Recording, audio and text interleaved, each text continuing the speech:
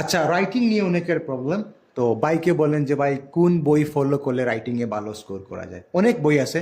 তো ভাই আপনাকে যে বইটার কথা বলবো, রেচেল মিচেলের যে বই আছে বুঝছেন, এটা রাইটিং ভাই অনেক দিন থেকে ফলো করতেছেই, দেখেন কি লেখা আছে দেখছেন।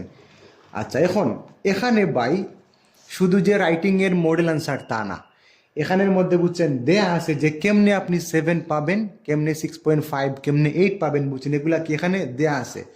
ধরতে পারেন এখানে একজন টিচার আছেন বুঝছেন, লাইক কি বলেন, রেচেল মেচেল এখানে ডিরেক্ট আসেন, উনি বুঝছেন এখানে লিখে দিছে কেমনে 7, 6, 8.5, 8 কি সরি 8 পাওয়া যায়। ওকে, এখানের মডেল আনসারগুলো ভাই অনেক সুন্দর। এখানে টাস্ক 1, টাস্ক 2 বুঝছেন অনেক সুন্দর করে গুছিয়ে লেখা আছে বুঝছেন।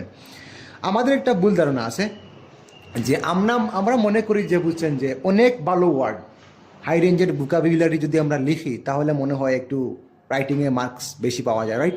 না রে ভাই, একটু যদি গুছিয়ে লেখেন নর্মাল ওয়ার্ড, যদি আপনি একটু গুছিয়ে লেখেন তাহলে বুঝছেন স্কোর পাওয়া যায়।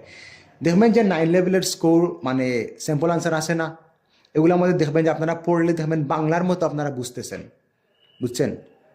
তো এগুলা দেখবেন, আর এখানে বুঝছেন অনেক ভালো স্যাম্পল আনসার দেওয়া আছে, এটা ফলো করলে বুঝছেন মোটামুটি 6.5 বুঝছেন আপনারা আশা করতে পারেন। আর আমাদের তো ভাই এই যে 8 এত লাগবে না, 7 হলেই তো হবে না, ইনাফ। এই বইটা ইনাফ, বাই ফলো করতেছি, ভালোই কাজে দিতেছে বুঝছেন।